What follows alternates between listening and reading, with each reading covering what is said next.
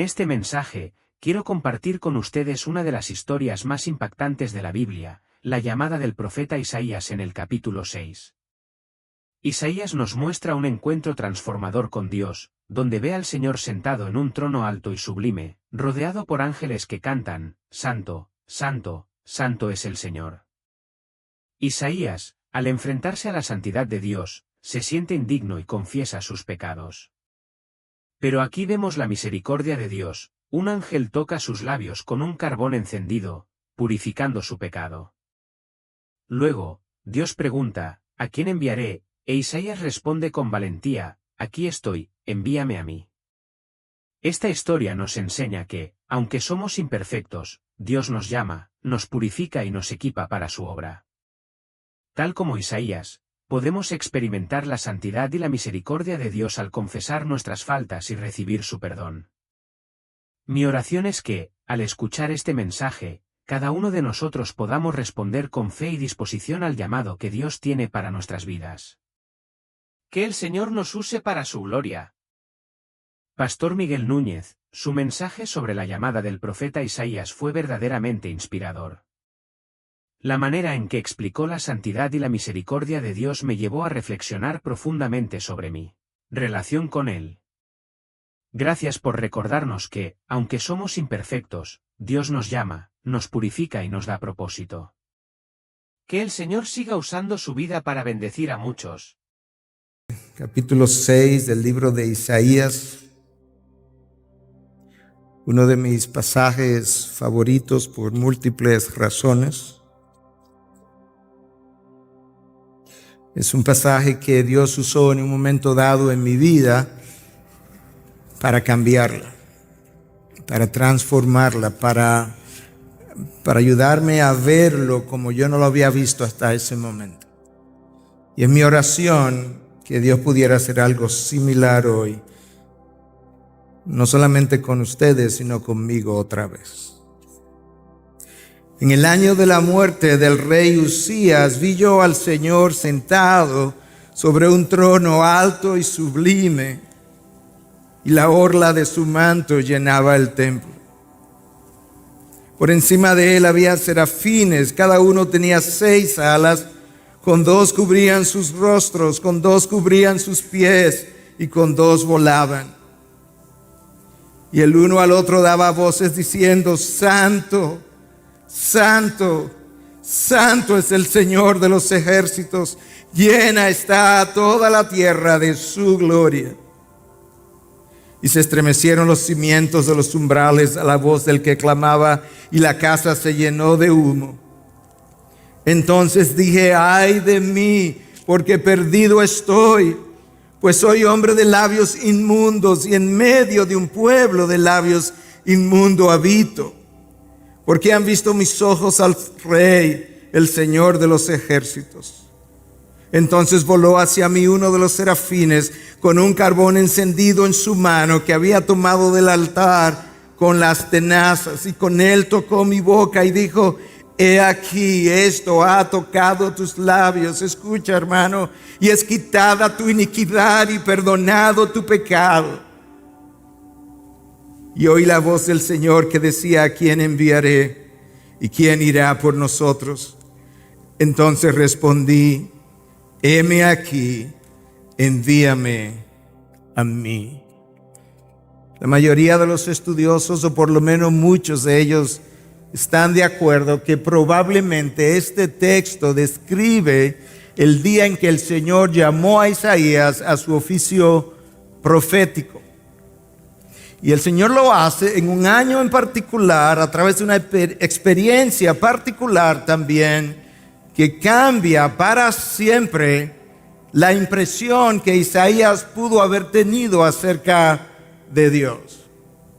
Esta palabra ha sido inspirada por Dios, cada vocablo ha sido inspirada por Dios, de manera que cuando el texto dice que en el año en que el rey Uzías murió, esto es lo que Isaías vio. Yo no puedo pasar por alto la razón por la que Dios menciona este año en particular. Pudiéramos decir, ¿qué importa si fue en ese año o en otro año o con este rey o con cualquier rey. Lo que importa es que él fue llamado y cómo fue llamado. Pero Dios, que inspiró la palabra, pensó que era necesario, que era importante poder colocar o relacionar el encuentro y el llamado de Isaías con el año en que este rey había muerto.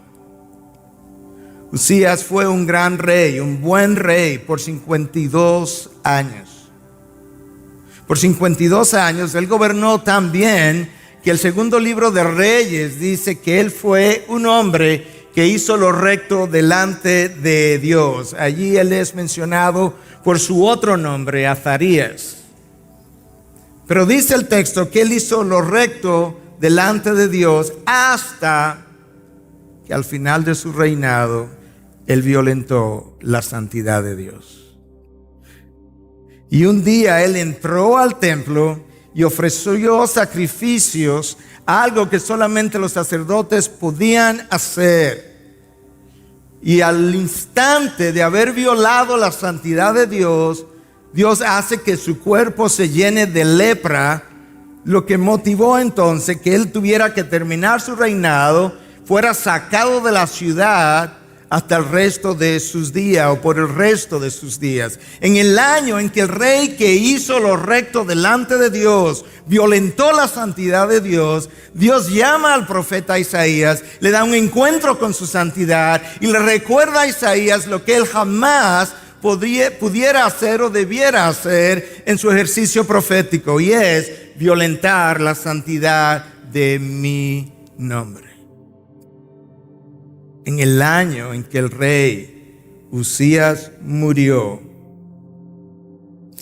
yo vi al Señor exaltado en su trono y oí serafines cantar: Santo, Santo, Santo. En un solo día, en un solo acto, Usías echó a perder 52 años de buen reinado. Moisés en un solo día, en un solo acto, perdió la entrada a la tierra prometida. Por la misma razón, porque delante de mi pueblo no me trataste como santo. David en una sola noche de placer, en un solo acto, perdió no su reinado, pero sí la manera, la paz y la influencia que él venía teniendo en su reinado. Yo no creo que es accidental que Dios quiera llamar a Isaías y hacer notar que en el año en que este rey murió, Dios le dio un encuentro a Isaías con su santidad de una forma extraordinaria. Él lo vio en su trono, sentado, un trono que Isaías describe como alto, sublime. Las orlas, el borde de su manto llenaba el templo, probablemente hablándonos de la majestuosidad de nuestro Dios. A ese Dios, Isaías, es a quien tú vas a servir. Isaías es considerado el profeta mesiánico, el profeta del Antiguo Testamento que más apuntó a la venida del Mesías 750 años más adelante. Él haría su entrada, y aquí está el profeta mesiánico teniendo este encuentro con Dios. Y él escucha, quizás, el texto nos dice, pero quizás de una manera antifonal a estos serafines cantar de lado a lado: Santo, Santo, Santo es el Señor, el Dios Rey del universo, el Dios Rey, Señor de los ejércitos. Llena está toda la tierra de su gloria. En otras palabras, si tú miras hacia la izquierda en la tierra, tú y yo debemos ver una expresión, un reflejo de la gloria de Dios. Si miras hacia adelante, debe ver un reflejo de la gloria de Dios. Si miras hacia la derecha, debe ver un reflejo de la gloria de Dios. Las aves cantan de la gloria de Dios. Las nubes cantan de la gloria de Dios. El desierto canta de la gloria de Dios. Los peces en el mar cantan de la gloria de nuestro Dios. Llena está toda la tierra de su gloria. Isaías tenía que recordar que cuando él fuera a predicar, él tenía una función, y era reflejar, poner de manifiesto en la predicación, en su vida, la misma gloria. Isaías no podía olvidar que él es un embajador. Usted conoce la función del embajador. El embajador es enviado por alguien. Isaías también, y tú y yo también. El embajador no tiene su propio mensaje. Él va con un mensaje que alguien le ha dado y nosotros también. El embajador no puede olvidar que él no es la última autoridad. Él tiene una autoridad delegada, pero él depende de la última y suprema autoridad y nosotros también. Este encuentro está preparando a Isaías para su oficio de una manera que ninguno de nosotros ha tenido el privilegio de tener. Pero Isaías ese día vio como seres angelicales, serafines, creados para ministrar en la presencia del Dios Altísimo.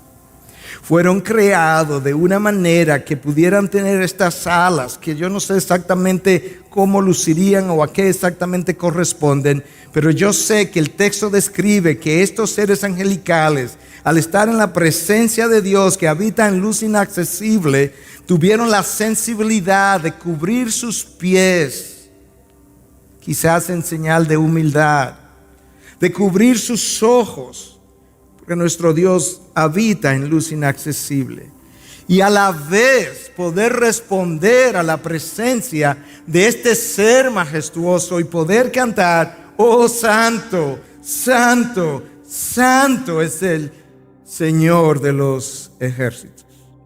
¿Tú te imaginas lo que eso hizo en Isaías ese día? ¿Tú te imaginas lo que eso haría en ti y en mí? ¿Tú te imaginas lo que eso pudiera hacer para un pastor? Poder tener un encuentro de esa naturaleza que nosotros jamás íbamos a tener la oportunidad de olvidar. Isaías tuvo ese encuentro. Y cuando Isaías ve a Dios de una manera que él antes no le había visto, el profeta mesiánico, probablemente el hombre más recto en todo Israel, comenzó a desintegrarse, a sentirse desintegrarse. En el texto original es más o menos eso lo que implica la expresión de Isaías cuando él dice, dependiendo de la traducción que usted tenga: me siento arruinado, estoy muerto, me siento muerto. En el lenguaje original implica algo más o menos similar. Dejar de existir sería una traducción literal quizás de la expresión.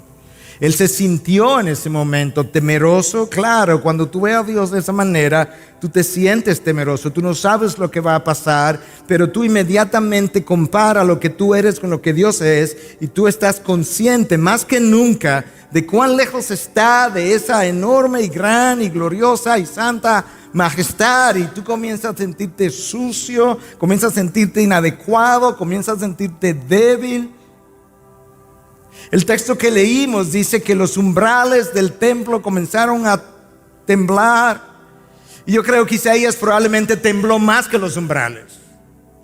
Los umbrales son cosas inanimadas, muertas. Isaías podía ver, Isaías podía pensar, podía razonar, podía hacer introspección acerca de su pecado, de lo que hizo ayer, de lo que pensó momentos antes de tener este encuentro. Yo creo que Isaías debió haber temblado mucho más que los umbrales del templo, mucho más que el monte Sinaí cuando Dios descendió. Y ahí está Isaías.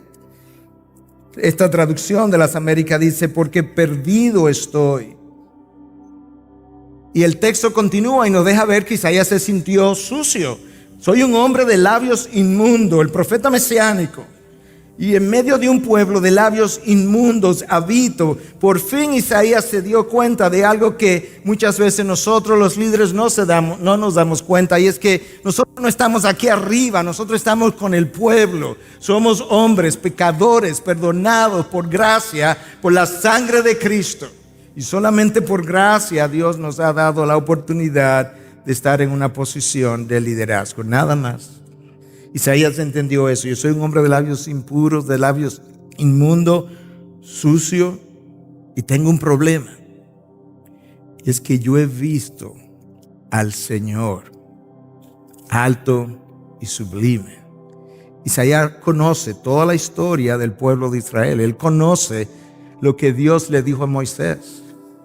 Moisés, nadie puede ver mi rostro y vivir. Y yo he visto al Señor. Él sabe que él está en problema. Por eso es que él exclama y dice, estoy perdido, estoy muerto. Es como que yo estoy dejando de existir en este momento. Y no me imagino un hombre pronunciar esas palabras sin estar necesariamente temblando al contemplar a Dios y al contemplarse a sí mismo. Dios se dio cuenta, Dios sabía, mejor dicho, de antemano lo que su profeta iba a sentir. Dios sabía la reacción que su profeta iba a tener. Pero Dios también sabía que a menos que él tuviera este encuentro de esta manera y esta experiencia, Isaías probablemente iba a tener dificultad en manejar las cosas sagradas que le tocó manejar después. Isaías no podía pensar, no podía ni aún soñar con un momento como este. No se lo pudo haber imaginado. Nadie puede ver a Dios y vivir. Moisés vivió eso, Moisés dejó ese legado, Moisés escribió acerca de eso. Y Dios sabía más que Isaías de antemano y durante la experiencia de cuál debió haber sido el sentir de Isaías. Ahora escucha lo que Dios no hace.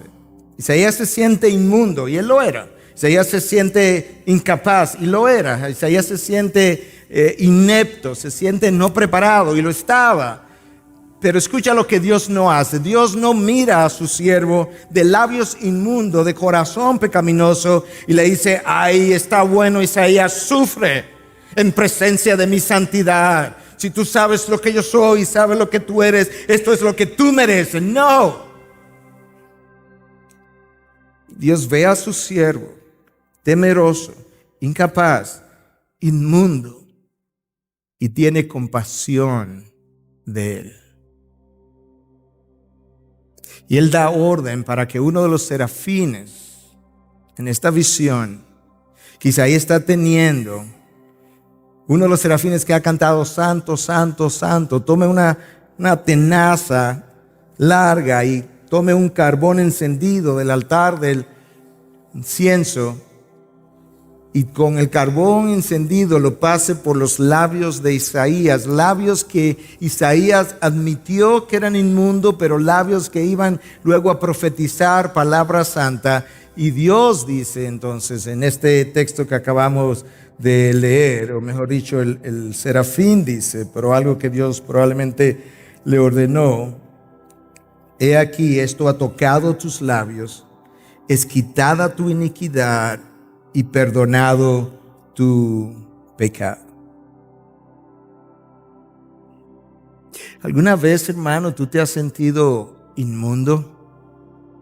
¿Alguna vez has hecho algo que te ha hecho sentir inadecuado?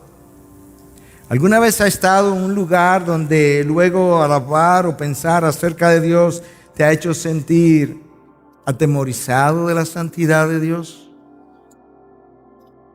Esa es nuestra reacción natural, pero yo quiero que tú puedas ver también cuál es la reacción también natural del Dios santo, santo, santo, cuando está llamando a una persona y cómo se compadece de esa persona atemorizada y que se siente como Isaías se sintió, y cómo Dios interviene a su favor para que su iniquidad, la que sea, del tamaño que sea, de la condición que sea, pueda ser perdonada y removida la iniquidad, de tal manera que en ese momento y a través de ese encuentro la persona pueda experimentar un cambio para el resto de sus días.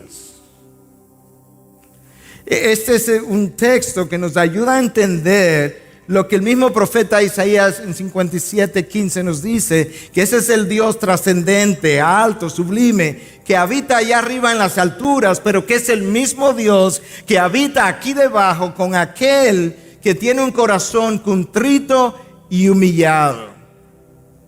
Es por eso que los teólogos hablan de la trascendencia de Dios, el Dios que no puede ser comprendido, y a la vez hablan de la inmanencia, no la inminencia, sino la inmanencia de Dios, la cercanía de ese mismo Dios con el hombre que se aproxima a Él con un corazón contrito y humillado. Mi pecado, en cierta manera, no es el problema que me impide acercarme a Dios. Es mi orgullo de no querer ir donde Él a pedirle que haga por mí lo que yo no puedo hacer. Y es limpiarme de mi iniquidad. Y Isaías experimentó ese día no solamente la visión de la santidad de Dios, sino que tuvo la experiencia de la misericordia de Dios. ¿Tú te imaginas que Isaías hubiese tenido esa experiencia de convicción y que Dios no hubiese hecho absolutamente nada? Yo creo que Dios permitió, Él está acostumbrado a los sacrificios de Israel, Él sabe lo que es el altar del incienso, Él sabe lo que es el altar de los sacrificios. E Isaías vio ese día no solamente el trono de Dios santo, él vio también el altar que permitía que Él pudiera ser santificado. ¿Te imaginas una visión del trono santo de Dios sin el altar del sacrificio para perdón de pecados en la vida de Isaías? Imaginémonos ahora lo que pudiera ser una visión de la santidad de Dios sin la cruz de Cristo. Yo creo que aquel hombre, aquella mujer que piensa en que ese Dios es santo, que es justo, y a la vez no tiene clara la magnitud de la cruz, el propósito de la cruz, experimenta en su interior un sentido de culpa, de condenación, para la cual Dios nos dio precisamente la cruz. La cruz es el lugar donde yo estoy supuesto a llevar mi culpa, de tal manera que Cristo ahí, simbólicamente hablando, desde la cruz pudiera decirme: tu iniquidad ha sido quitada, removido tu pecado, tú eres perdonado, bien has hecho. Este es el único lugar donde tú puedes hacer algo con tu culpa. Él es justo, pero Él es quien me justifica. Y lo que Isaías experimenta, en cierta medida, es el preámbulo de lo que 700 años después Cristo vendría a hacer, a establecer una cruz por medio de la cual los hijos, aquellos que están siendo llamados, pudieran tener su culpa removida y sentirse limpios delante de Dios, no necesariamente porque lo somos, sino porque Dios nos ha declarado limpios en su presencia, porque su Hijo ha pagado por mi pecado. Pastor, usted no conoce mi pecado. Usted no sabe. Si usted conociera mi vida, usted no hablaría así. Porque yo sé que Dios no me puede perdonar con lo que yo he hecho. Hermano, hermana, quizás yo no conozco tu pecado. Tú tienes razón, pero yo conozco la cruz. No solamente yo conozco la cruz, yo también conozco, hermano, hermana, que yo soy un hombre de labios impuros y habito en medio de un pueblo de labios impuros, y Dios ha perdonado mi pecado, y ese es el mismo Dios que puede perdonar tu pecado, porque no hay pecado más grande que su cruz. Isaías tiene en cierta medida una experiencia que sirve de preámbulo y que apuntaba a lo que había de venir. Isaías no cree que es capaz, no se cree justo, no se cree digno, pero de repente, después de esta experiencia donde sus labios son santificados, resulta que Isaías escucha una pregunta de parte de Dios.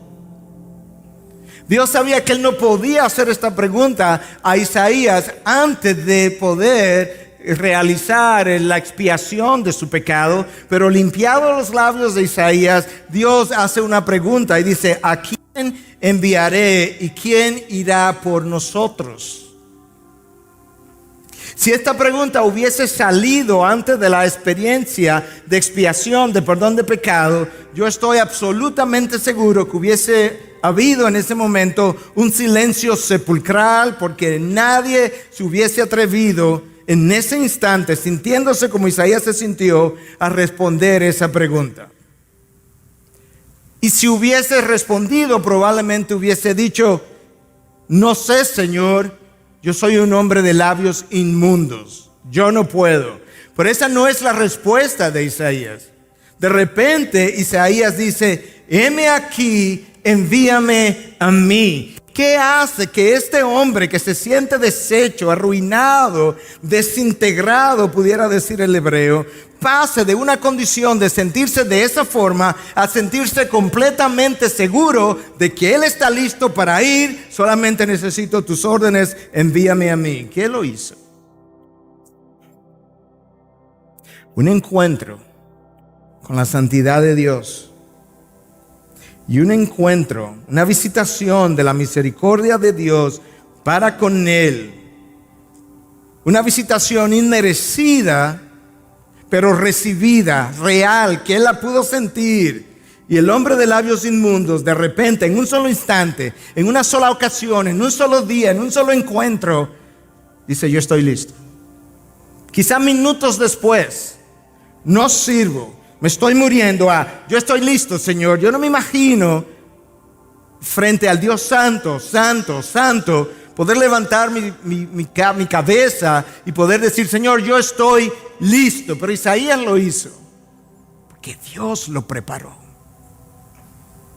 Dios preparó el encuentro para preparar a su hijo.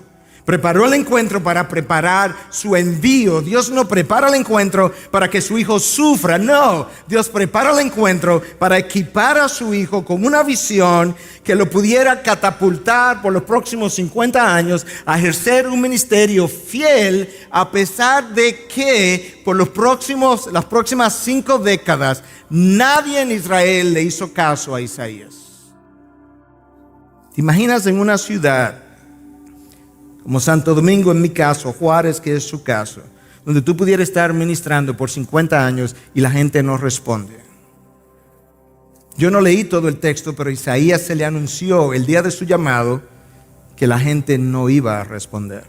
Ve, Isaías, a este pueblo que tiene ojos pero que no verán, que tiene oídos pero que no oirán. Ve y dile. Y por 50 años Isaías tiene un ministerio fiel sin resultados. ¿Qué mantiene a un hombre, a un misionero, en un campo misionero donde no hay resultados? ¿Qué lo mantiene fiel al llamado de Dios? La visión de Dios que él haya tenido. La concepción del Dios que haya tenido. Isaías, a partir de ese momento, jamás tuvo una visión pequeña de Dios. Una visión pequeña de Dios nos lleva a hacer cosas pequeñas.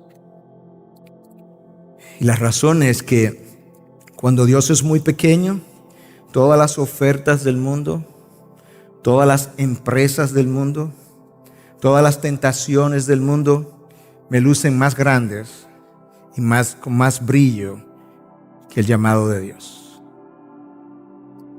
Pero una vez yo veo a Dios por lo que Él es, en su tamaño, exaltado, sentado en su trono, entonces cualquier tentación, cualquier llamado, cualquier iniciativa terrenal no tiene la fuerza para despegarme de Dios. Y Dios está en el oficio, si pudiera decir, de despegarme de cualquier cosa que ejerza más atracción sobre mi vida que la atracción que Él puede ejercer sobre mí. Dios, de manera intencional, está tratando de alejarme de cualquier cosa que pueda tener más atracción sobre mi vida que la atracción que Él mismo pudiera ejercer. Y la mejor cosa que Dios puede hacer para hacer eso es acercarme a Él para que yo lo pueda ver como Él es. Porque luego todo va a palidecer ante su presencia. Y eso es lo que le ha pasado a Isaías. Ya las cosas del mundo, las tentaciones, la oferta, realmente no tenían el glamour, el brillo, la atracción anterior, porque la experiencia que él ha tenido es tan superior, es tan grande, es tan sublime, es tan fuera de serie, tan extraordinaria, que todo lo demás le parece ordinario, insignificante, temporal, terrenal. Isaías tiene una primera reacción y él luego llega a una conclusión. Yo no estoy listo, yo soy inmundo, pero la conclusión después de la experiencia, yo estoy aquí porque yo ahora tengo gratitud.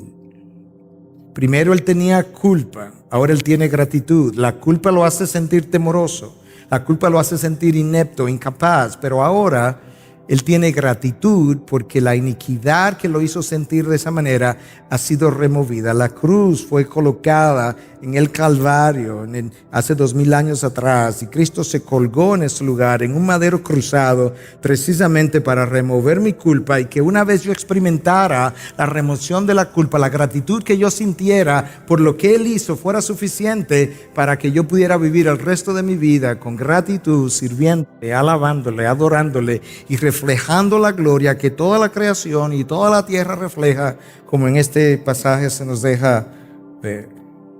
Y ahora Isaías está dispuesto a hacer lo que Dios quisiera.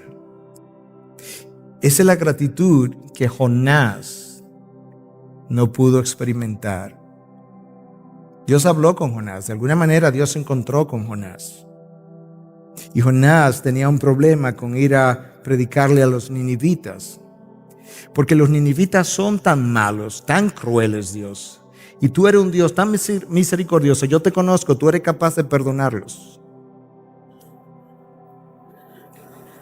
Y yo no voy a ir, porque yo sé lo que tú vas a hacer. Y eventualmente Dios se la arregla para que él llegara, Jonás llegara.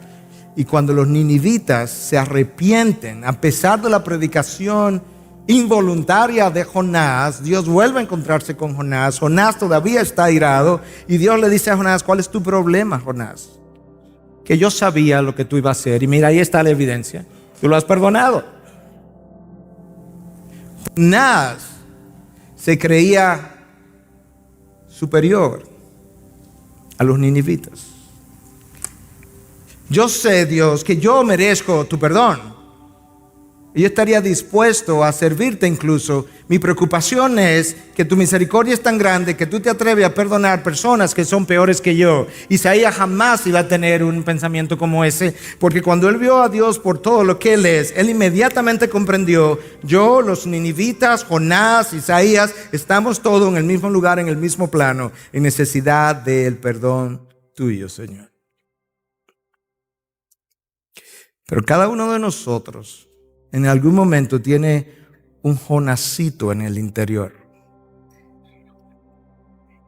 Cuando nosotros oímos que un criminal se arrepintió el día antes de que él muriera, en aquellos lugares donde existe la pena de muerte, hay algo que nos dice en el interior: sí, así sí es bueno. A última hora, ¿sabrá Dios si se arrepintió?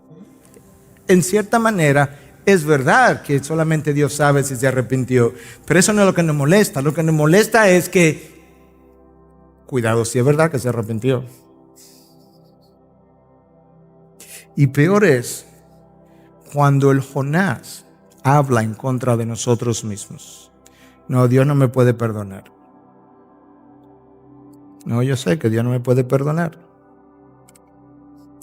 Yo no puedo permitir que la voz de Jonás tenga más autoridad que la voz de Dios. Y ya Dios ha revelado en su palabra que no hay pecado que su sangre no pueda limpiar. Tenemos que callar a Jonás en nuestro interior y decirle: tú no tienes derecho a contradecir lo que nuestro Dios ya ha revelado. Dios, claro que me puede perdonar. Y cuando lo hagas, Él pondrá de manifiesto la gloria que llena toda la tierra. Cuando Dios perdona, esa es su manera de Él glorificarse en mi vida, una de sus muchas maneras. Isaías fue limpiado en medio de esa experiencia y ahora él está listo para ir.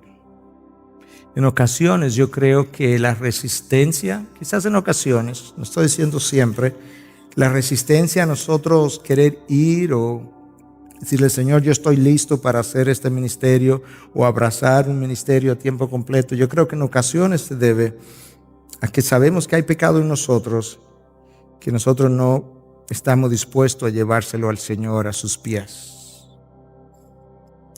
Porque si lo hiciéramos, nosotros vamos a tener una experiencia quizás no de la misma magnitud e intensidad de Isaías, pero vamos a tener una experiencia de perdón, donde removida mi iniquidad, mi excusa ha sido quitada para decir, no puedo ir. Pero mientras mi iniquidad persista y yo no la lleve a los pies de Dios, tengo todavía una excusa para decir, no, es que no puedo ir. Bueno, ¿por qué no puedes ir? Y a mí mismo me digo, porque tengo esto aquí todavía. Y Dios me dice, pero yo puedo remover eso. Sí, pero en el interior, si esto es removido, mi excusa es removida y ahora voy a tener que abrazar ese ministerio e ir. Y Dios dice, pero no hay otra manera que te puedas sentir limpio de pecado y descargado. Escucha lo que el apóstol Pablo le escribe a Timoteo, su pupilo más joven. Si alguno se limpia de estas cosas, refiriéndose a la inmoralidad y pecados, será un vaso para honra, santificado, útil para el Señor, preparado para toda buena obra. Dios es quien nos limpia para que nosotros podamos ser un vaso santificado. Isaías ha sido limpiado, ahora es un vaso santificado, útil para toda buena obra. Y eso es lo que tú y yo necesitamos. Vamos delante de Dios, nos humillamos, somos sinceros y decimos, Dios, este es mi pecado. Y ahora tú puedes limpiarme. Y ahora tú puedes usarme. Pero muchas veces estamos atrapados, hermanos. Yo he estado ahí, de alguna manera, en algún tiempo, por algún periodo de tiempo. He estado ahí donde tú estás como atrapado en algo. Y eso que te atrapa como que no te deja avanzar. Y muchas veces es un pensamiento o es una autocondenación. Otras veces es un pecado que no he ido delante de Dios y estoy atrapado en consecuencias de mi pecado, cosas con las que Dios quiere tratar y cosas de las cuales Dios quiere librarme, porque Él sabe que solamente el Hijo del Hombre puede hacerme libre, pero no voy donde Él y me quedo como atrapado, con lo cual comienzo a negar la abundancia de vida que Cristo prometió cuando dijo en Juan 10:10, yo he venido para que tengan vida y la tengan en abundancia. Yo necesito una nueva visión de Dios, de mi Padre. Yo necesito una nueva visión que me permita ver que si bien es cierto que Dios es juez, no es menos cierto que Él delegó su juicio en el Hijo y que resulta que el Hijo se ha convertido en mi abogado defensor, como bien dice Juan en una de sus cartas. ¿Y te imaginas lo que eso haría para una persona que entra a un juzgado condenado, lo que haría para una corte? Que cuando él entra, él se lleva la tremenda sorpresa de que el juez y su abogado defensor son la misma persona. ¿Te imaginas la confianza que eso a mí me daría? Yo llego a un juzgado culpado de algo y digo, bueno, por suerte que tengo un abogado defensor. Y cuando yo llego y abro la puerta de la corte, me encuentro que el abogado defensor y el juez, mi abogado defensor, es la misma persona. Es Cristo. Él ha pagado por mí. Y en Él yo debo tener confianza. Entonces, ciertamente, Pablo le escribe a los Corintios, le dice que todos compareceremos ante el tribunal de Cristo para rendir cuenta de todo lo que hayamos hecho, sea bueno o sea malo. Es verdad. Sea la mala noticia. La buena noticia es que si yo soy su hijo, yo puedo ir donde Él cada vez que me encuentre en una situación que requiera perdón, porque Él ha derramado la sangre precisamente para esa experiencia que yo necesito en ese momento cuando yo he ido a buscar su limpieza otra vez. Isaías tuvo esa experiencia y después de esa experiencia entonces él encontró algo que no sabía hasta ese momento. Isaías encontró el propósito de su vida en medio de una experiencia de adoración. En consejería, una de las cosas que nosotros vemos con frecuencia es que mucha gente vive confundida, a veces como experimentando un sentido de insatisfacción. Y una de las razones más comunes para ese sentido de insatisfacción es el hecho de que no tienen un propósito claro para su vida. Pero hermanos, yo estoy aquí para recordarte que quien me creó pensó en un propósito para mí antes de crearme, y cuando me creó entonces con un propósito definido. Yo no puedo conocer el propósito de mi vida si yo no le pregunto al Creador para qué Él me hizo.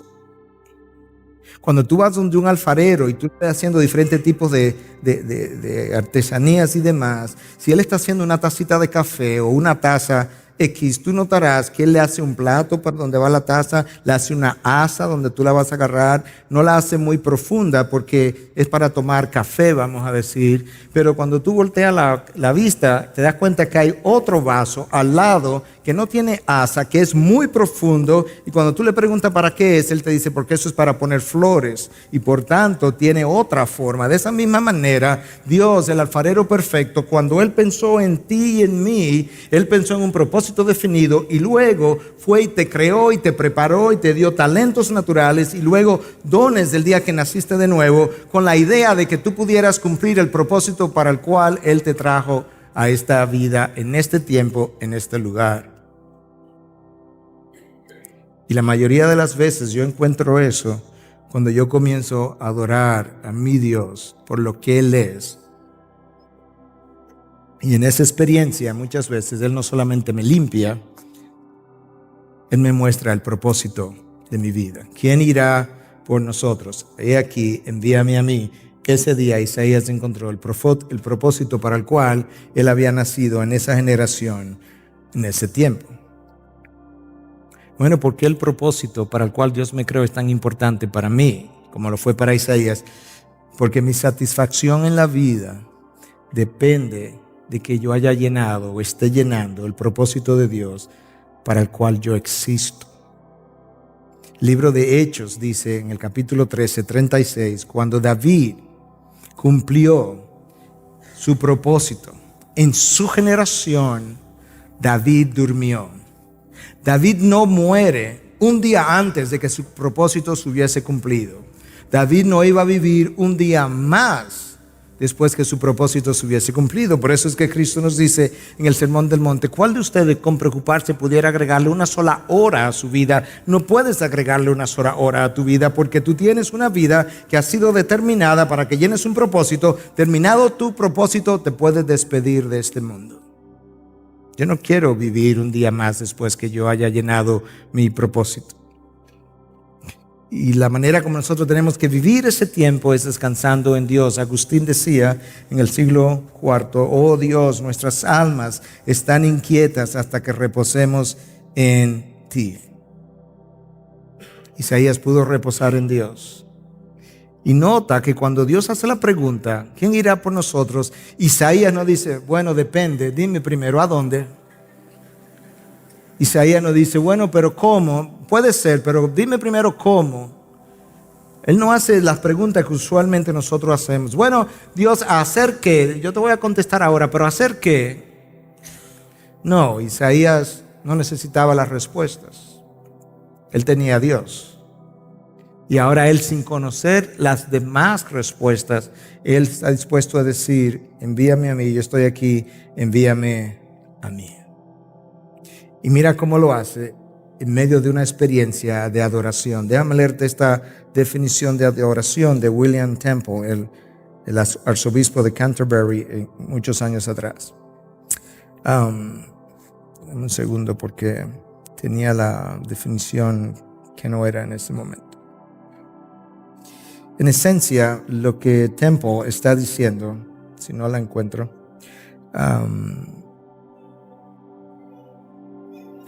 es que la adoración es la sumisión de toda mi naturaleza y la respuesta de toda mi naturaleza a lo que Dios es. Es una parte.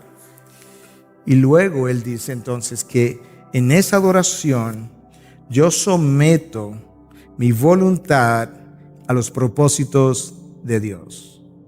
Eso es lo que Isaías ha hecho.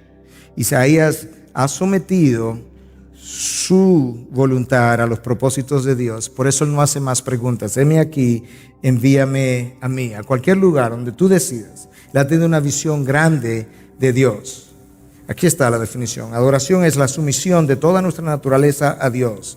Escucha ahora, es el despertar de la conciencia a su santidad. El despertar de la conciencia a su santidad. Es el alimento de la mente con su verdad. Es la purificación de la imaginación por su belleza. Es la apertura del corazón a su amor. Es la entrega, aquí viene, de la voluntad a su propósito. Y luego entonces él agrega, dice que la adoración es la emoción menos egoísta de toda nuestra naturaleza. Y por tanto, escucha, es el remedio principal para el egocentrismo, que es nuestro pecado original y la fuente de todo pecado real. La adoración es la respuesta menos egocéntrica porque estoy sometiendo mi voluntad a otro. Es la cura de mi egocentrismo, que Temple entiende es el pecado original de Adán, que pensó en él, y que es la fuente de todos los demás pecados en nosotros. ¿Qué me cura eso? La adoración. ¿Por qué? Porque cuando yo veo a Dios alto, sublime, inmenso, majestuoso, yo me siento tan pequeño que yo descubro que la vida no gira alrededor de mí. La vida gira alrededor de Dios. Y de repente entonces yo, que soy un ser egocéntrico por naturaleza, comienzo a cambiar mi perspectiva de manera tal que en lo adelante mi vida pueda girar alrededor de Dios y no de mí. Las decisiones que yo la tome en términos de cómo eso afecta al reino de Dios, mi llamado para con Dios. Y en esa interacción y en ese proceso de vivir una vida de adoración, yo comienzo a descubrir mis propósitos, a ponerlo en orden de prioridad. Y de repente yo comienzo a experimentar la satisfacción que hasta ese momento yo no había podido experimentar. Muchos de nosotros vivimos con una especie de insatisfacción en nuestro interior y muchas veces se debe a que uno, no estoy viviendo el propósito de Dios, o dos, lo estoy viviendo pero no a su manera, o tres, lo estoy viviendo pero no me gusta. Jonás vivió el propósito de Dios. Él fue a Nínive, él predicó en Nínive, los ninivitas se arrepintieron. Pero a Jonás no le pudo satisfacer eso, vivió insatisfecho porque él nunca aceptó el propósito de Dios, aquello que Dios le había llamado a hacer. Hermanos, una vida sin propósito es una vida sin gozo. Una vida con múltiples propósitos es una vida complicada, confusa. Una vida con singularidad de propósito es una vida enfocada. Y en esa vida enfocada yo encuentro la satisfacción y la tranquilidad y la paz que solamente Dios me puede dar. Quizás esta ilustración nos puede ayudar.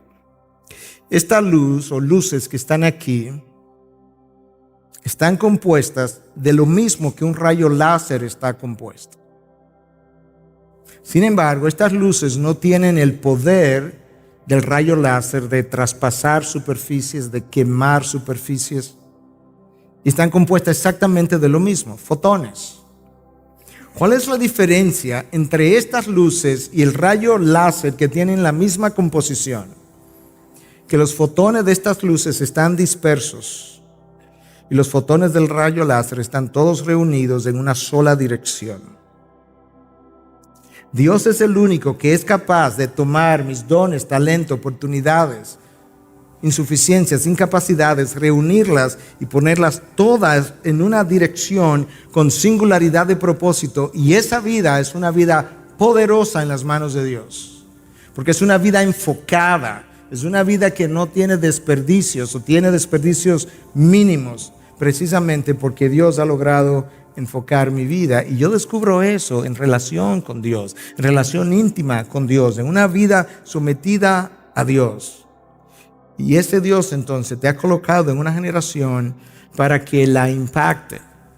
Decía alguien, la razón por la que tú naciste en esta generación y no en la anterior y no en la que viene es porque Dios entiende que tú tienes algo que esta generación necesita. Y yo lo creo. Yo no concibo un Dios sin propósito. Porque tú creaste a Juan Pérez en esta generación y no en la anterior, y que Dios diga, pensándolo bien, yo no sé, se me ocurrió que esta era buena, esta generación. No, yo creo que Dios entiende que ella tiene un propósito particular y algo, una función, un rol en este tiempo, en este lugar que nosotros necesitamos. Y eso, cuando yo lo llevo a cabo, entonces produce en nosotros satisfacción. El tiempo se me ha ido, pero rápidamente, hermano, tú fuiste creado, para conocer a Dios, amar a Dios, glorificar a Dios. Ahí está resumido el propósito de mi vida. Conocer a Dios, que me va a permitir amar a Dios, que me va a permitir glorificar a Dios. Cuando yo logro poner esas tres cosas en orden, de repente yo comienzo a tener no solamente una experiencia de adoración, no solamente una experiencia de satisfacción, yo comienzo a tener claridad de propósito en mi vida. Le he conocido, le he amado, le he glorificado.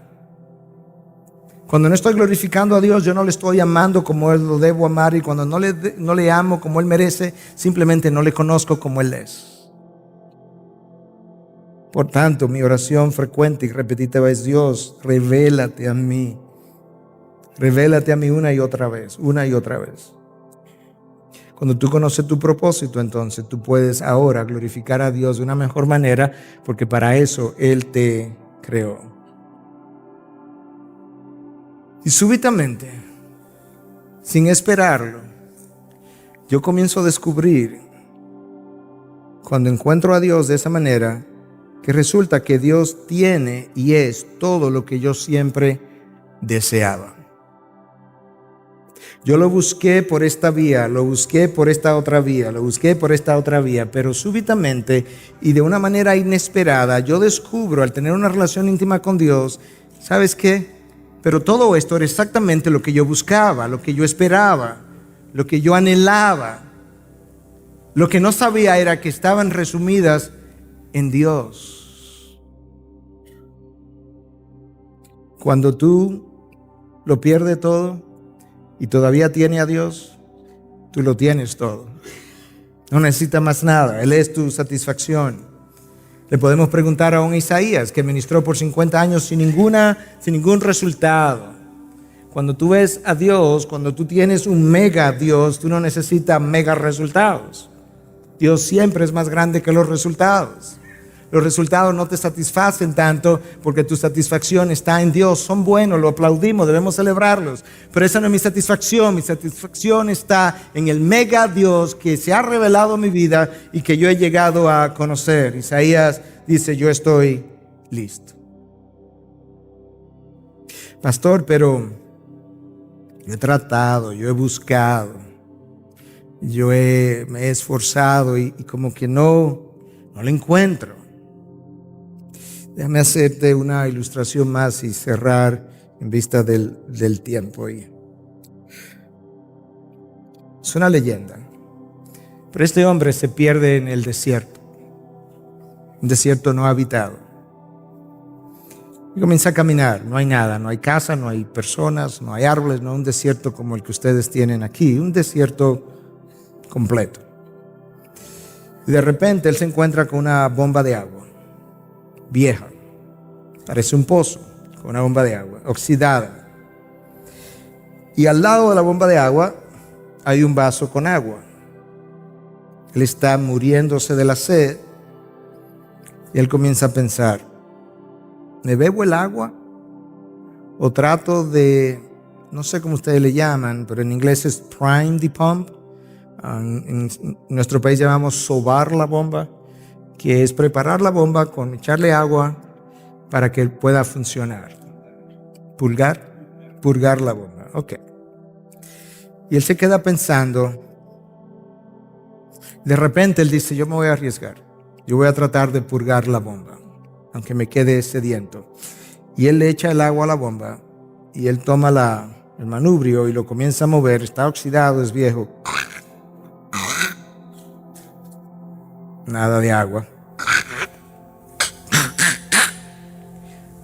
Y luego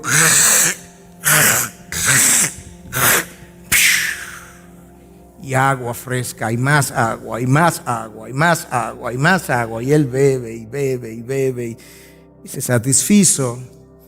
Llena el vaso de agua otra vez, lo coloca en su lugar y deja un letrero.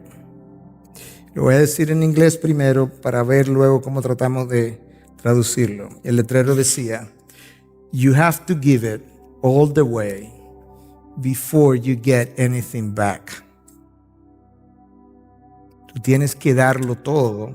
You have to go all the way. Tiene que ir todo el camino antes de que tú puedas recibir algo en retorno. Nuestro caminar con Dios, you have to give it all the way. Tú tienes que darlo todo. Morir a ti mismo. Llevar tu cruz. Crucificarte. Antes de tú recibir o recibirlo todo, la satisfacción, el gozo, el propósito, la paz que solamente Dios puede proveer. Por eso Cristo nos mandó a crucificar la carne, a morir a nosotros mismos, reconociendo que las demandas de nuestra carne caída es el estorbo principal para el disfrute de los placeres